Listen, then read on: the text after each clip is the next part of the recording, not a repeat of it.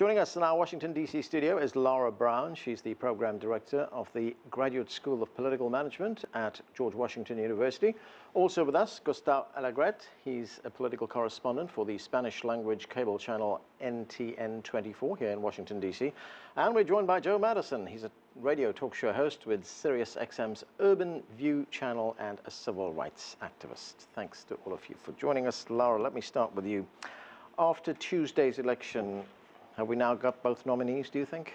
Well, I think we certainly have presumptive nominees. They are the people who we imagine will continue to amass delegates as these races continue to unfold and will eventually then win the majority and be nominated at their conventions.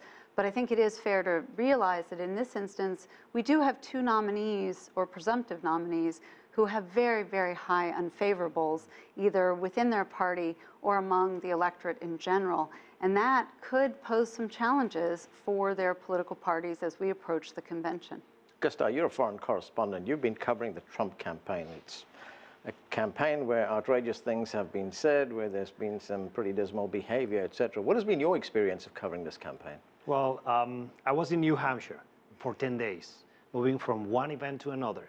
And I am proud to say that I was with all candidates, even talking to them at the end of the events. Jeb Bush, Chris Christie, trying to talk to Donald Trump, trying to talk to Hillary Clinton, because the security was further much difficult or much higher with these two candidates.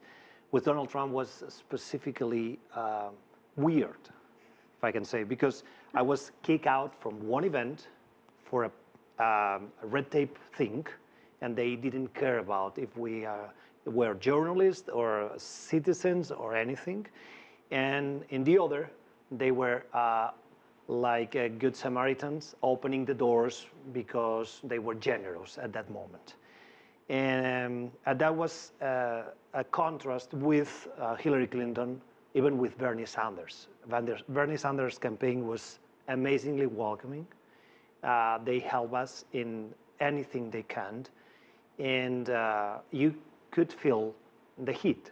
You could feel the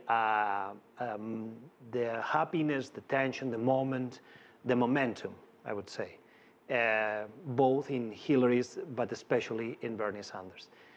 Donald Trump was an experience. In my opinion, it was more a setup comedy, a stand-up comedy, rather than a political event. But it was astonishing. Well, it may be a comedy, but he's winning votes. Joe, how does one explain that? I mean, if you look last week at one of his rallies, there was violence there. He's been saying outrageous things about people being carried out on stretchers, about people being punched. He's offering to pay people's legal costs. The Guardian called this the great mystery of the moment.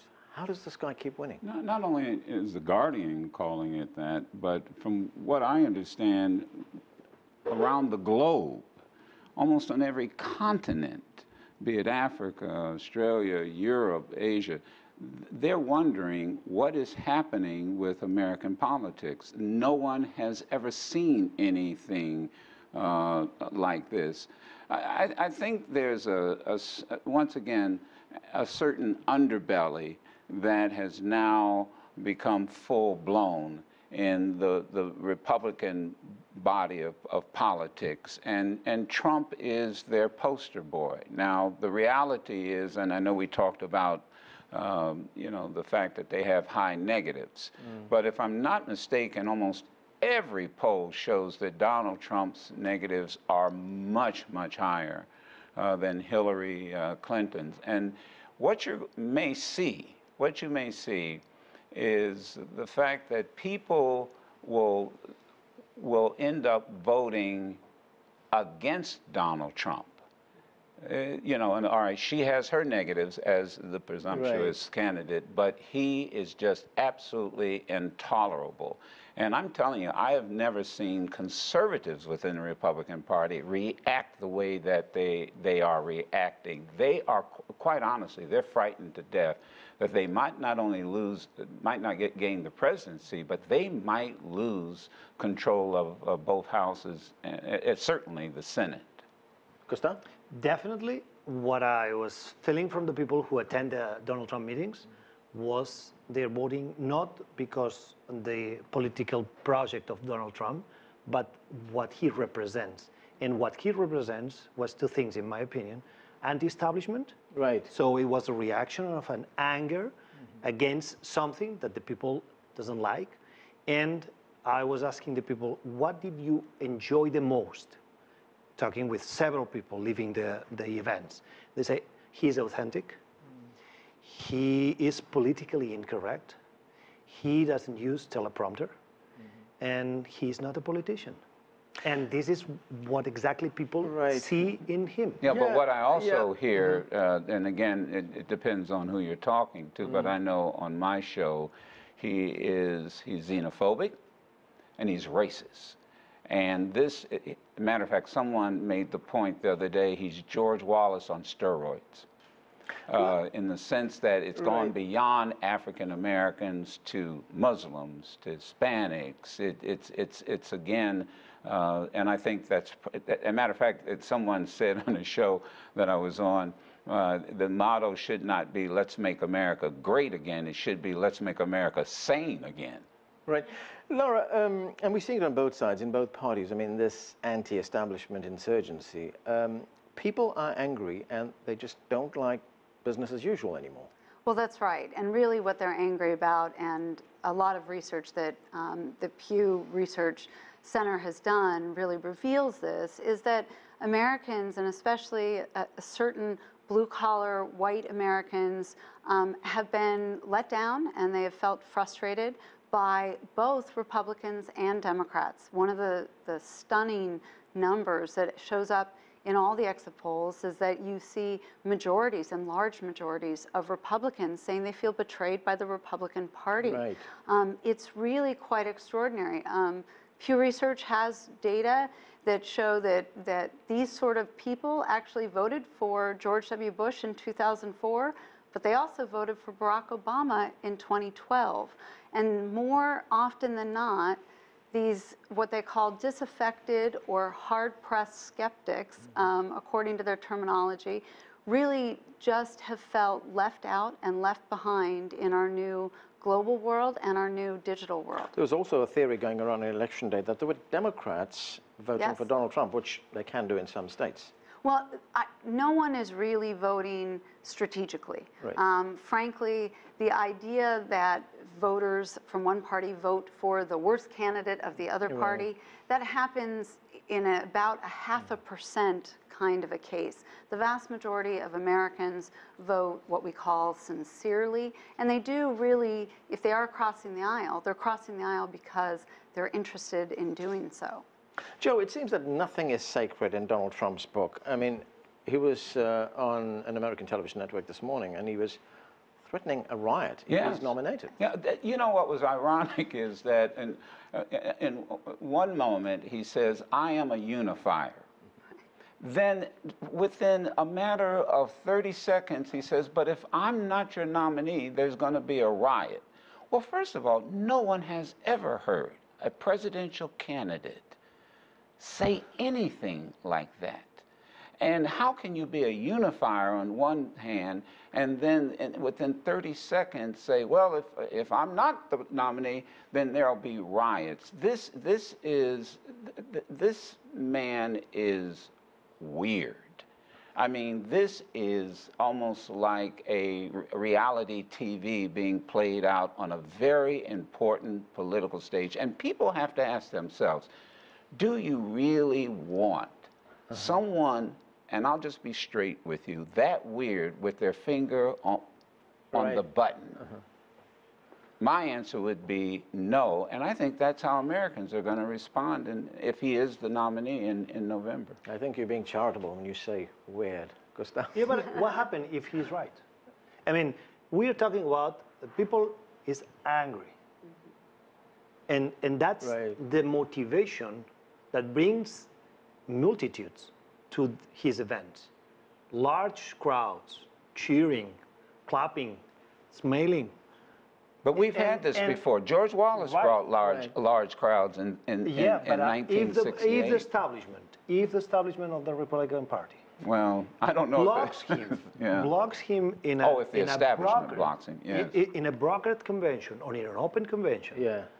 people are going to feel more betrayed. But let me just say that it's very unusual for a party to engage in sort of these kinds of maneuvers unless they right. feel the public sentiment will actually back them in doing this. So one of the things that is real is that, you know, Donald Trump may accrue delegates, he may end up being sort of the likely nominee, but there may be also a tremendous sense of buyer's remorse That's right. over him getting the nomination a few months from now. But isn't And that will the yeah. party Yeah. actually then take heat to change the rules? Maybe, maybe not. But my guess is they won't change the rules unless they feel they can get away with it. Right, but if he doesn't get the nomination, isn't there the risk the party faces that if they choose someone else or they change the rules, that they're going to be reinforcing what Donald Trump has been saying, that this system is rigged? They could, but one of the realities of this system and of these party conventions is this whole process has always been, from the very first, you know, a sort of a not thought out process. It began with the gentleman's agreement where Thomas Jefferson and John Adams basically said, oh, sure, yeah, you be the other party nominee. It developed over time into the complex system that we have now, but it has never really truly been thought to be a good process, a thoughtful process, a democratic process. It involves, you know, tremendous kind of oddities. I mean, why Iowa? Well, just because it's Iowa. So there is very much the likelihood that out of the end of this, no one's going to be happy on either side of the aisle, and we're likely to see presidential nomination reform undertaken in a very serious way. But you know what I'm hearing that's so fascinating? People are now saying if they could change the Constitution, they would give Barack Obama a third term. I mean, that's what you're hearing from people. The other thing I'm hearing, and you would know better than I, is that you've got a lot of young Hispanics who probably had not thought about voting. And I talked with a gentleman this morning who said they're actually coming in groves to register and vote Right. because of Donald Trump's rhetoric, and that's going to be that's going to be what's going to happen. There's this old saying that if you want to get rid of the devil, you expose the devil, and people will rise up and take care of the devil. And I think that's, you know, I would not lose faith in the American public, quite candidly. Gustau, To gain the election here and in any other country with a Right. democracy system, with a democratic system, Yeah. you have to gain the center of the Yes. That's right. political That's spectrum. right. Well, it's independence that And- ultimately decided, isn't Right, it? Yes. but Donald Trump is not gaining the center. Center. Right. That's No, right. it's Well, not That's that- right. Except that Yeah. this is what is very interesting. You know, the state that he did exceedingly well in was Massachusetts. Yeah, but who is voting? How often do you They're think... only voting conservatives. No, actually in the- Massachusetts, in the primary no. process, yes. Massachusetts is a semi-open primary, which means that independents are able to vote in a party contest, but partisans are not able to cross the aisle. So in fact, one of the things that was shocking to me, but was then again not that surprising, Donald Trump had won 53% of the white Catholic vote in Massachusetts. Now, white Catholics typically are swing voters in our elections. They actually voted for Barack Obama in 2012. This is not necessarily the people that you assume are conservative, evangelical. Let me say you something. Yesterday I was talking with someone who represents a group of business persons in the DC area, Virginia, Maryland, and District of Columbia. And I asked that person, who do you think in both parties better represent the interest of the business people? And guess what? Hillary Clinton. No, No. Donald Trump, because he's a businessman, and Hillary Clinton in second because she has experience. Yeah, It was amazing. Again, I go back to this is primary season. I think folks around the country, around the world need to understand. In your primary elections, those are usually your activists that come out to vote.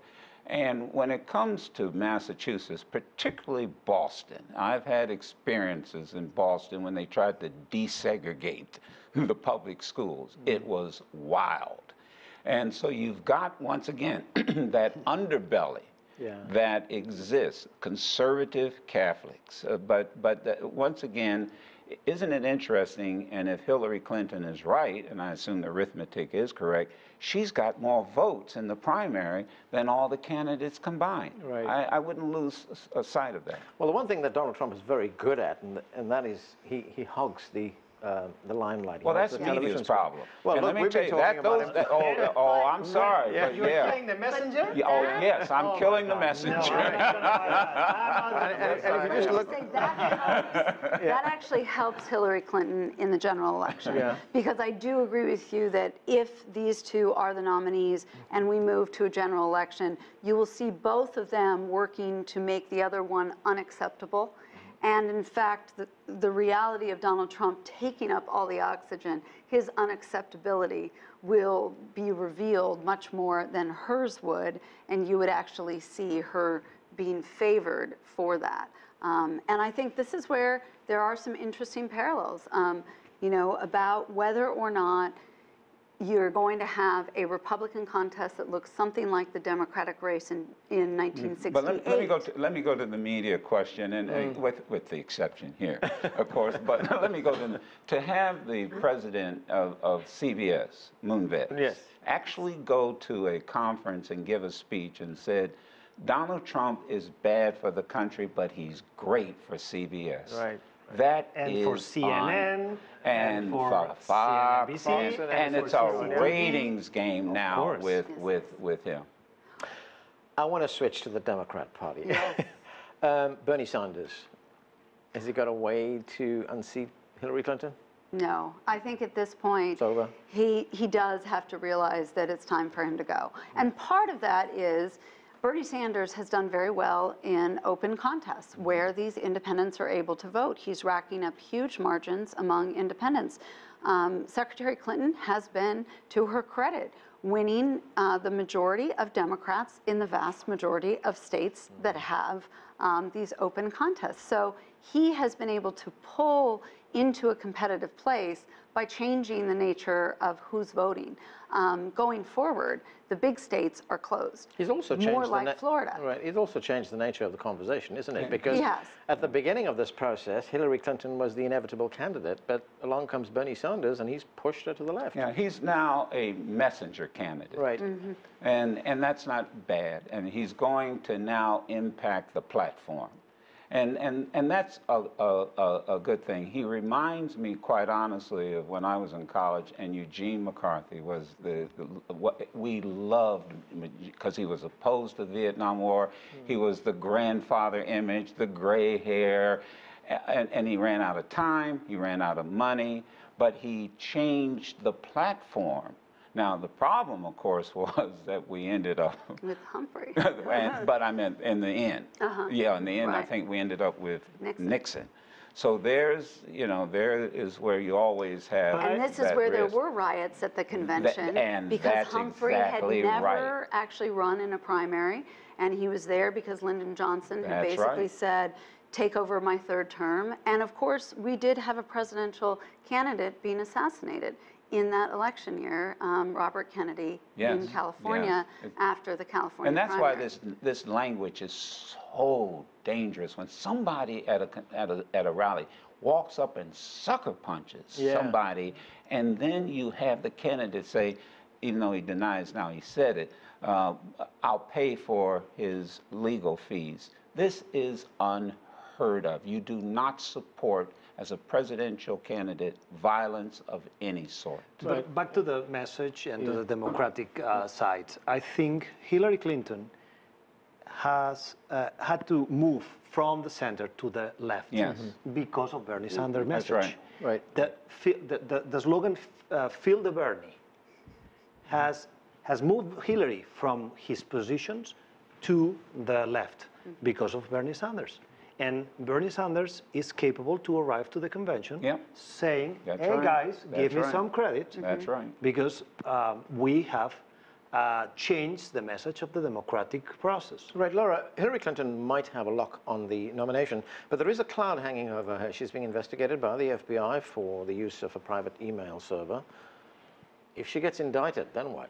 Well, and I think the fact that you just put that phrase out there shows how much concern there is sort of off camera among Democrats, that even though she may not be indicted, people close to her, her aides, may in fact have more legal troubles. And again, this is where the nomination is not going to be done until it's done. And I do think that we have many more politics to go and to unfold in the next few months, even if we have presumptive nominees. Even if she's not indicted and people next to her are indicted, it's going to be an election issue. Yes, it will be. Yeah. And it could even rise to the point where, you know, the Democrats say to themselves, are we so certain that we want her to be the nominee at the convention? The Democrats, because they have superdelegates, actually have a much easier way to nominate somebody who's not in the race than do the Republicans, because they literally would just withhold those votes and put somebody else's name in nomination. Now, Gustau, you're a foreign correspondent. I have to ask you this. You know, you call this a stand-up comedy at the beginning, but I mean, it's the thing is, it's very serious. Well, it's serious, but he was making jokes all the time. Yeah. And people were laughing. Right. But stupid jokes. Like someone who was dressed up as him saying, hey, look that guy. And everybody was looking at that guy, and we were in the middle of a stadium. And suddenly he talked to her wife and said, I hope you are not going to marry that guy. And everybody was laughing. Yeah. And then he talked about women saying disrespectful things, and everybody was laughing. And to me, this is a stand-up comedy. Well, Will Rogers, Johnny Carson, Dick Gregory, Tommy Smothers, you know, let's not mix comedy and satire. Understand they have a place in American politics, and with all comedy, there is some truth to the comedy that they present. Yeah, but remember this, Donald Trump controls the scene and the message. And yesterday night, he was changing the tone of his message, talking about, I am the unifier, and the tone was much more relaxed than it used to be. Okay, we're going to have to leave it there. Joe Madison, Gustau Alegret, Lara Brown, thanks to all of you for joining us. Thank you.